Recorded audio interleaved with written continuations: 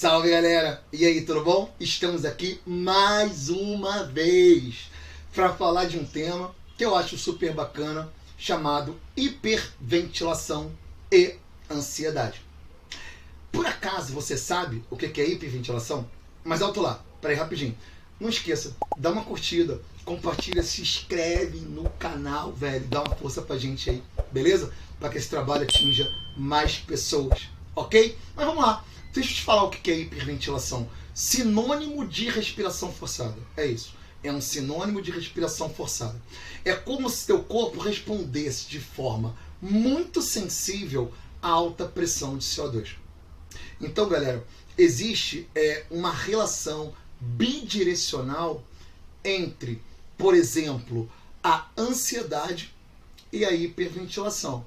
Basta você comparar os scores muito altos entre pessoas que têm ansiedade com hiperventilação, né? E as pessoas que não sofrem de ansiedade e automaticamente não hiperventilam. No fundo, essa resposta à alta pressão de CO2, ela acaba criando um pânico pela respiração, né? Um pânico pela eliminação desse CO2. É como se, na verdade, eu criasse um falso alarme de sufocamento. É isso, um falso alarme de sufocamento. E alguns setores do teu cérebro que são responsáveis por esse circuito do medo, como amígdala cerebral, hipocampo, córtex pré-frontal e medial, eles acabam criando uma resposta autônoma, adaptativa a esse sufocamento, como se fosse uma realidade. E aí vem as respostas somáticas do teu corpo. Você começa a respirar muito, uma sensação enorme de asfixia, dor no peito, dor de cabeça, perturbação visual, hiperidrose nas mãos, palpitação, desrealização, né? Perda do controle do que está acontecendo, do presente.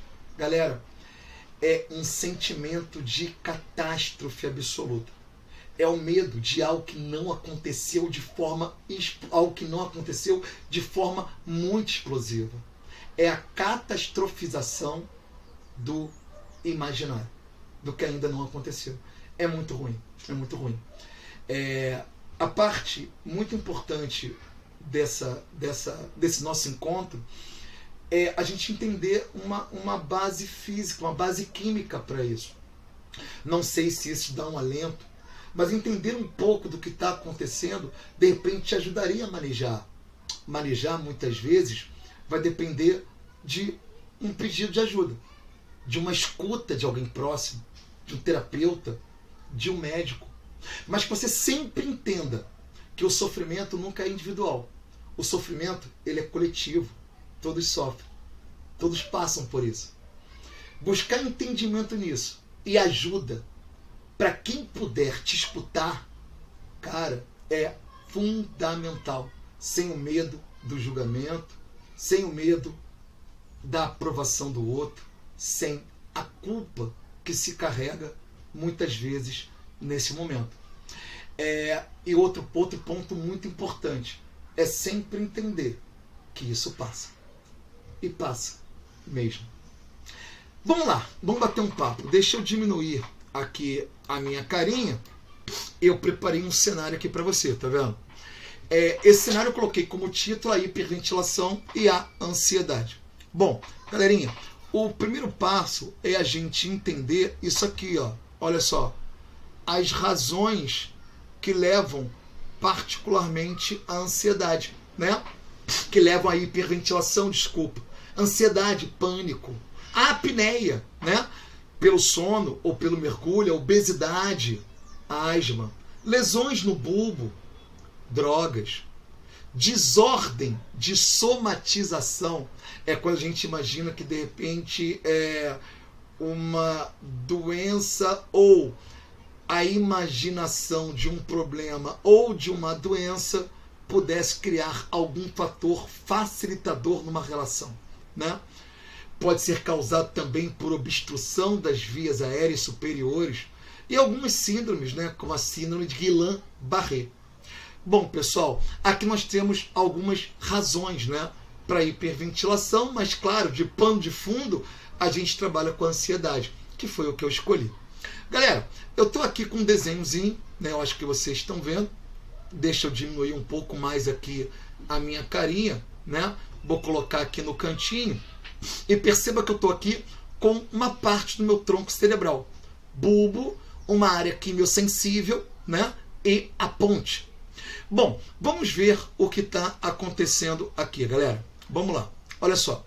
O primeiro passo que a gente precisa entender nesse processo é que a hiperventilação, que é uma respiração forçada, por ansiedade, pânico, apneia, como nós já falamos, vai levar a uma redução, a uma redução da taxa de CO2.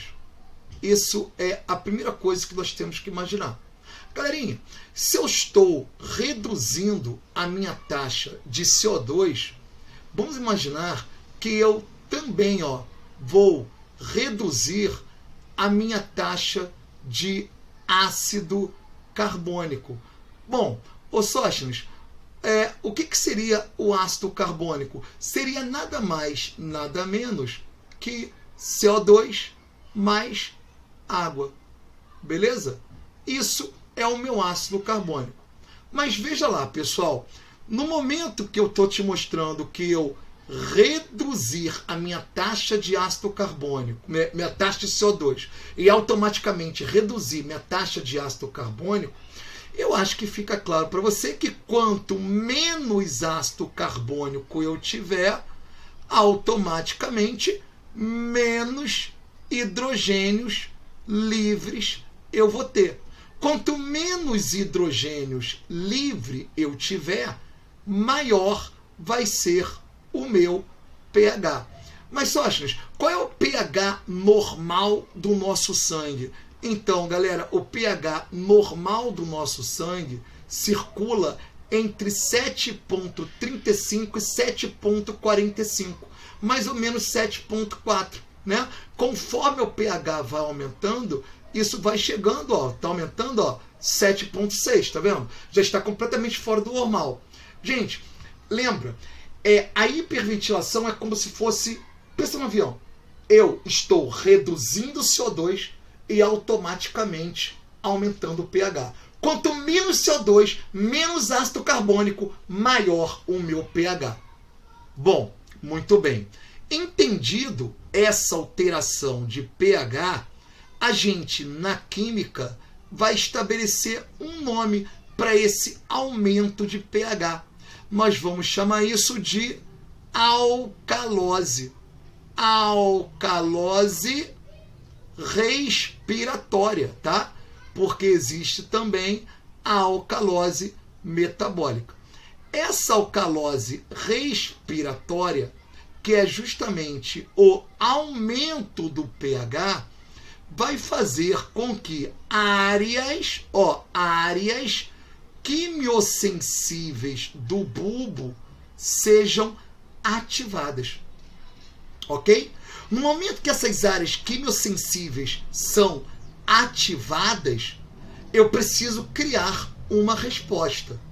E a resposta, nesse caso, como defesa, seria diminuir a sua frequência respiratória.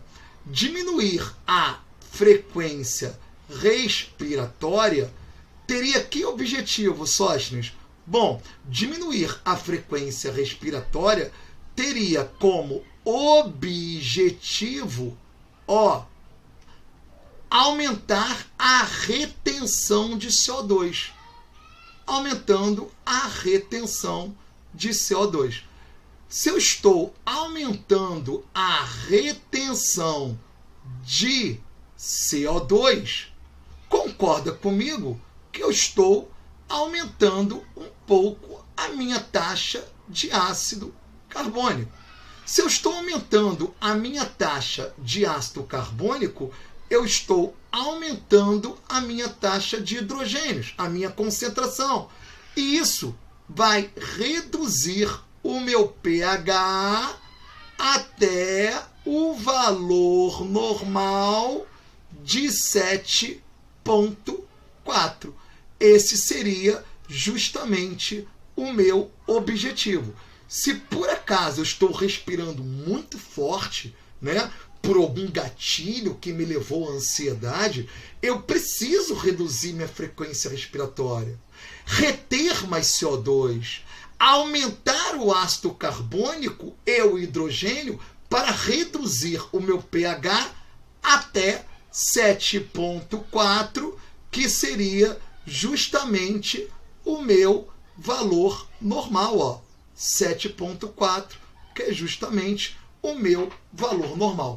Muito bem, olha só, eu saí de cena rapidinho para te mostrar esse gráfico, para que você possa entender a hiperventilação no que diz respeito à concentração de CO2 aqui, ó, no eixo das ordenadas e o pH aqui no eixo das abscissas. Bom, pessoal, olha só, a coisa é muito simples para você. Lembra que eu te falei que na respiração forçada eu estou expulsando CO2. Então a minha taxa de CO2 tende a diminuir. Gente, quanto menos CO2 reagindo com água, menos ácido carbônico, menos hidrogênio. Quanto menos hidrogênio, maior o meu pH. Viu que aqui no meio desse gráfico eu te coloquei uma roseta, legal? Nessa roseta eu queria muito te apresentar o que está acontecendo na soma desses dois vetores. O que vai acontecer na resultante desses dois eventos, desses dois cenários. Aprendi que a minha taxa de CO2 vai o quê? Diminuir. Aprendi que o meu pH vai o quê? Aumentar. Beleza? Legal. Nesses dois cenários aqui, eu vou te mostrar o que está acontecendo na soma desses dois vetores. Legal? Tá aqui. Pum. Vou mudar essa cor. Botar um rosinha. De novo. Aqui, ó. Outra. Vou descer aqui. Olha só aonde que eu cheguei, meu amigo. Cheguei aqui justamente na resultante desses dois vetores. Vou usar a cor vermelha para você poder entender o que eu fiz aqui, reduzindo CO2 na ordenada e aumentando o pH na abscissa. Qual é a conclusão que nós chegamos? A conclusão que nós chegamos é que esse quadrante aqui, ó lá, ó, representa o que está acontecendo. O que está acontecendo na soma desses dois vetores. Belezinha? Fechou? Tá aí o gráficozinho. Isso resume muito bem o que está acontecendo e eu espero que você tenha, ó, entendido o que rola graficamente na hiperventilação no que diz respeito CO2 e pH. Show de bola! Voltamos à aula! Aí, galera, você começa a perceber um detalhe interessante. Bom, como é que eu posso usar isso ao meu favor, Sóstenes? Galera, respirando vagarosamente e profundamente. Você pode fazer, por exemplo, o que eu chamo de 8.4, né? Inspira, ó.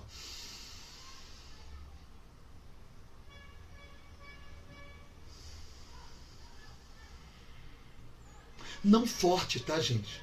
Não rápido, né? Porque isso, na verdade, aumenta o gatilho de quem está respirando forçadamente. Vagarosamente, né?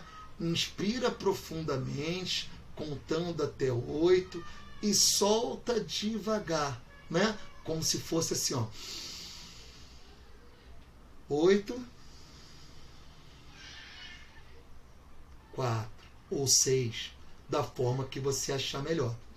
Mas é muito importante que você respire lentamente, inspirando profundamente e expirando. prestando atenção na sua respiração. Entendeu?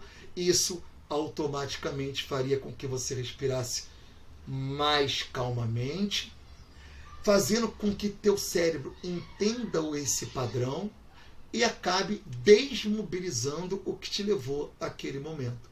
Porque no fundo, pessoal, a ansiedade, né, como historicamente a gente fala, né, a razão, semântica da palavra, vem de panicon. Panicon, na verdade, significa susto, pavor repetitivo. Olha, na mitologia grega, o deus Pan, que possuía chifres e pés de bode, provocava com seu aparecimento horror nos pastores camponeses.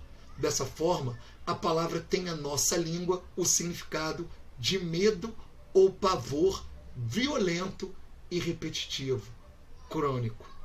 Então, na verdade, o pânico seria, na verdade, uma explosão, né, dentro dessa ansiedade. Então, vamos entender assim, ó, a ansiedade. Eu acho essa frase muito bacana, assim, ó. É como se faltasse sempre muitos minutos para o que quer que seja. No fundo, uma apreensão difusa, subjetiva, vaga, associada a sentimentos de incerteza e desespero. Muitas vezes algo que nós não conseguimos nomear. Ao nível do pânico, um vago sentimento de catástrofe iminente, de apreensão ou sensação de pavor. Bom, entendemos agora o que na verdade acontece durante a ansiedade. Como consequência, a hiperventilação, a respiração forçada, fazendo com que a nossa taxa de CO2 diminua muito, né? Assim como o ácido carbônico e o hidrogênio, elevando o pH, caracterizando a alcalose respiratória. Por isso que respirar calma e profundamente seria um dos manejos para que a gente pudesse melhorar um pouco essa desordem respiratória, né, tão explosiva, tão subjetiva, que acontece durante, muitas vezes, a crise de ansiedade. Bom, galera, curtam aí, compartilhem, se inscrevam. Eu espero muito que vocês tenham gostado. E se vocês quiserem algo a mais sobre ansiedade, quem sabe a gente faz uma aulinha só sobre isso. Beijinho. Muito obrigado pela presença de vocês. Beijos.